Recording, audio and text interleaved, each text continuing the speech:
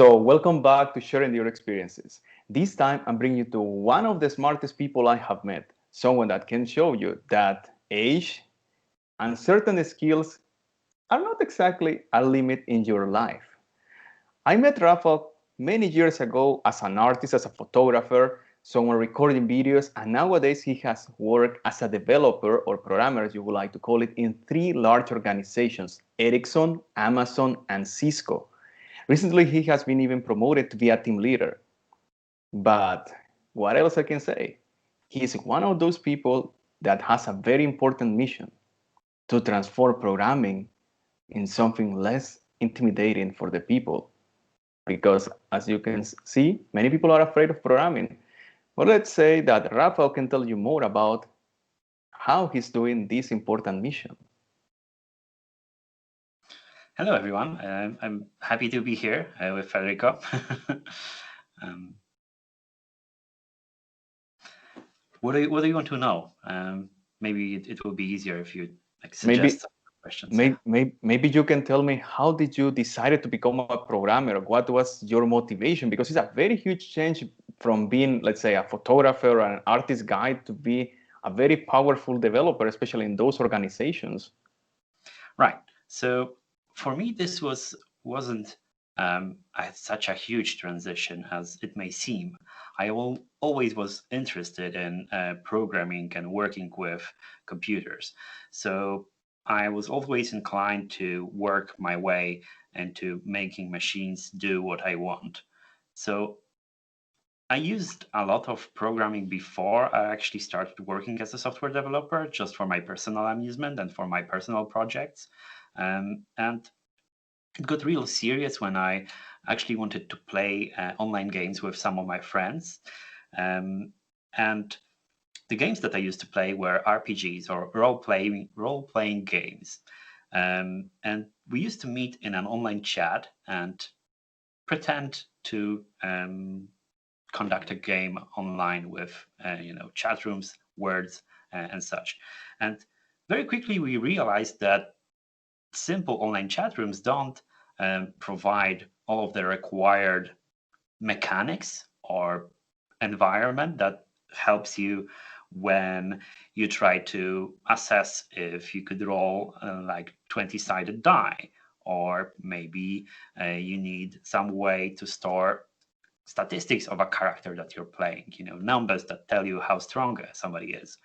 So I ended up creating a small bot that would do things for you during this games. And eventually bot became also a thing that wouldn't be enough for us. And bot turned into a more advanced chat room that I wrote from scratch, a chat room server with a client as well. And from there, I kept adding more and more functionality until it became quite a huge project with more than 50 contributors at some point, and a lot of users were playing, and over, I think, 1,000 characters were created in this chat room. So from there, my interest spiked and went on and on and on, and I discovered more and more languages and techniques and things that I wanted to use in order to make more interesting and creative projects. So this was the very beginning of more professional, let's say, approach to programming rather than something I used to play with. That's something very unique. I have never even thought that you started to building bots. And even in these days, we have different impressions about what is a bot. Right. So, Rafael, going deeper about this transition, how did you feel when you started working in the corporations? Because there is those feelings that the people come like, let's say, as self-taught developers, they are not exactly the greatest fans of the corporations. And this is something that you can see very often in the people coming from the open source environment. But you did even a profession here. Right. So my initial approach was kind of similar, and I shared those, let's say, feelings. I had this kind of mindset that corporation is way too strict of an environment for me, who was, a creative, an artist, more of a free spirit, and wearing, a lanyard with a corporate card that lets you in every room, so everybody knows your name, and it's very formal. Wearing a tie or something like that. That seemed totally out of my character, so I decided not to go there immediately. Instead, what I did is I applied for a very small company that had like 10 employees. And in that company, I was sole IT person. I was a programmer and also an IT technician. And I ended up doing every single thing in that company that related to computer, networking, or actually any device, including mobile phones of employees. And I quickly learned that you cannot adapt fast enough and do enough to actually be on top of every single thing, and even in such a small company, because it's just too much. So it happened so that this company had to close, and I was on my journey to figure out a new role for me and find another place to work for. And when a company closes on you because something happened and it's not your fault, you kind of get afraid that this may happen again. So I applied to much bigger companies and eventually decided to actually try and go after a corporation as well. And at the beginning, I was, very hesitant. Should I even attempt this? And could I make it in such a big company where everybody is very professional and they are for sure highly skilled? And it was very intimidating. But I decided, hey, what's the worst that could happen? The worst that could happen is I won't land a job, I won't get an offer, and I will be in exactly the same spot that I was in before applying. So, no harm, no foul. And eventually, I built enough courage to apply, and I did. And turns out that I've got in because apparently the skills that I was able to acquire on my own were good enough for a beginner. And somehow, even because I had a couple of years of experience in this small company, they decided to not put me in a junior position, but rather start at the regular. And that was very surprising for me because, all the things that I've done in the past, those small projects, the chatbot, the chat server and client, and eventually some other freelance jobs that I did, all of this amassed to enough of experience that I could start at a much higher level to begin with. But very quickly, I realized that this is not enough. So I started to learn and teach myself C++, because that was the language that we used in Ericsson. I read one book, another, and then another, and eventually I knew more than people that were around me, and grew from there. So let's go to the next question. How did you feel about your transition from a large company to a larger company to even a more impressive company like Cisco, and now that you're leading teams? Right. So it was very scary when I first applied for Amazon. That was, I think, the major step I did. And it was like that because not only I had to apply for much bigger company as like Amazon from Ericsson, where I was part of a couple of teams before, so I kind of knew my way around. But Amazon not only was a bigger company, much more influential in terms of how it affects everything in the tech world. But on top of that, I had to switch countries. I had to totally, change not only the environment I live in, but leave my family behind, leave my friends behind, and start totally new life from scratch in different environment. I know that you did that as well, which you kind of get what I'm talking about here, right? So this is a pretty big commitment, and if you start a new career on top of that, well, you may discover that it is a very hard thing to do. But I've decided that I really want to grow, and in order for me to progress as quickly as possible. I need to do this. Poland is, awesome place, and it has so much to offer. But at the same time, I kind of felt that because how businesses in Poland are foreign capital, we don't necessarily get the cutting edge projects, the latest things to do. We don't create as much as we could. We are often, viewed as a, let's say, a branch or a location that is used for maintenance of older things, or maybe less important things. And for me to actually have a bigger impact, I felt that I want to be closer to the cutting edge stuff. So I've decided that I'm going to do this and, move, start with Amazon, brand new career, brand new environment, brand new team. And it has proven to be very impactful and massively growing experience, at least for me, because it not only broadened my horizons in terms of the technology and how far and how considerate you can be about the software you're building and how far it can reach in terms of how do you work with your customers, with your stakeholders, to what extent do you think about product that you're building for them, but also it greatly developed me as a person, because moving away from my home country, I was able to learn much more about the world, about how people are, how they think outside of very hermetic and monolithic society, which is Poland made of.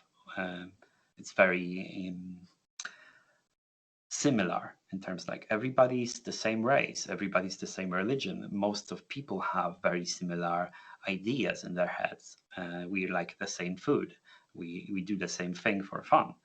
And moving away from that, learning new perspectives, new ways of thinking about the world, new values that people share and that things that they are after. This was also a very important step for me to acquire this understanding that is much deeper of people and myself as well. And I completely understand you, Rafa. As you said, in my case, I came from El Salvador to Poland, and right now I'm doing another drastic change to Spain. So yeah, I completely understand. Some people might say, man, but Spain is similar to your country. It's Europe, exactly. And we are not similar. Only because you speak Spanish, it's not the same. But going deeper, what has been the most rewarding about this change in your life of moving to Poland to the UK? Right. So I kind of touched on it already, right? So when I understood how much I was missing or how much bigger, in the perspective, the world actually is, I became to appreciate and kind of marvel at how many things are happening out here that you cannot just simply see in the place that you come from. So I think that this is the biggest things that I gained from this. On top of things like actually excelling my career very fast and being able to firstly get promoted in Amazon, and after that offered a very good position in Cisco, and switching position over there as well. And I think just having this opportunity to explore and work on this more impactful and more important projects is the best thing that you could do for yourself. Like going after this opportunity, seizing it, and not being afraid to, just leave everything behind and figure out if something else that is out there could be better for you, more interesting, more rewarding. What will be your advice to anyone who is afraid of doing those changes? Because not many people have that courage that you had. Even if it's a small change for some people, it's a great jump that you need to do to go for what you dream. Yes, I totally agree. It's a great challenge, and what I think that is important is to realize if you are a person that likes challenges and do very smart calculation and try to introspect yourself, like look in the mirror and figure out who you really are. Because many people are not cut out to go into different country and learn new things, adapt, and discover what is out there. And it's fine. And it's totally fine and it's okay. You don't need to push yourself to go, and fail somewhere if you are not ready, not willing to step out of your comfort zone. However, if you are, on the other hand, a person who is constantly seeking, ways to test yourself, to improve yourself, to do something that makes you feel uncomfortable, and you have the safety net that you can actually afford to fail somewhere and go out, on the open ocean and figure out what is out there for you, and you're confident that I actually could try and maybe I will succeed. You don't have to, be sure of your success because otherwise you wouldn't hesitate, right? But if you are confident that your failure won't be the end of you, there's only room to grow from there and things to discover and to achieve. So make sure that you really want it, and if you do, just go for it, because just assess what is the worst thing that could happen, and if you're okay with that, just go for it. Those are very wise words, Rafał, and I completely understand. Now, what would you advise to someone who is new in the IT world to learn? Because right now you have in very advanced organizations, advanced technologies, and since I am from this similar industry, maybe in a different area, there are multiple things. We will never finish speaking about blockchain, uh, robotic process automation, video games, Android, iOS, IoT. What will be your advice to the newest generations? Where to start, what to learn, and what is something valuable for them? Right. So this question is kind of structured around the technology. What is the most valuable technology that you should learn? What is the new cutting edge thing that everybody should start from? And I go, when you have enough years of seniority, you kind of discover different perspective that you would like to adopt when you are younger and when you are fresher to the tech that you're after. So I think the major thing that took me the most time and that I would like to master way sooner is made up of two components. And this thing is basically learn how to develop yourself. Not really mastering a tech, like learn Android or learn Java or something else. This is secondary. First thing is to learn to develop yourself. And by that, I mean, learn how to produce things that are valuable to others and learn how to teach yourself things that will bring value to you. So whenever we start our journey with new technology as junior developers, we think of it in a way that, okay, I have this project and I need to finish it as soon as possible, using the shortest path to get there. And often it will work for, whatever the case it is. But the thing that we miss in this point of view is that this won't allow us to grow in directions that are needed to achieve success in software development, because today's market is filled with junior people who don't represent this level of quality that every major company is after. So by saying that, what I mean is, yes, the market is looking for programmers and they are in high demand, but there is this little asterisk over there. Market is looking for skilled programmers. So it's not the matter of producing code that does things, but it's the matter of producing code that does things with quality. So producing code that is testable, maintainable, robust, follows the clean code practices and all of that. But in order to produce this sort of quality, you first have to have the skill, to be willing to push yourself to produce something that you're really proud of. And this is not an easy thing to work on when you're just starting, because you don't understand anything. You know nothing. So you just want to see something happen.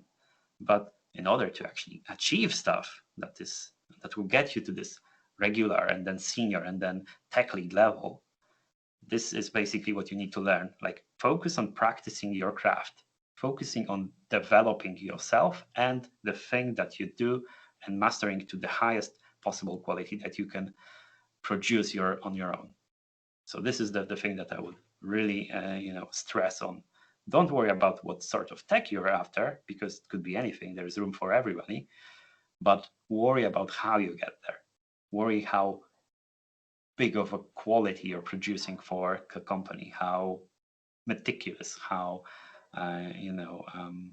good the code is, how do you produce it. So this is what I take from my career so far.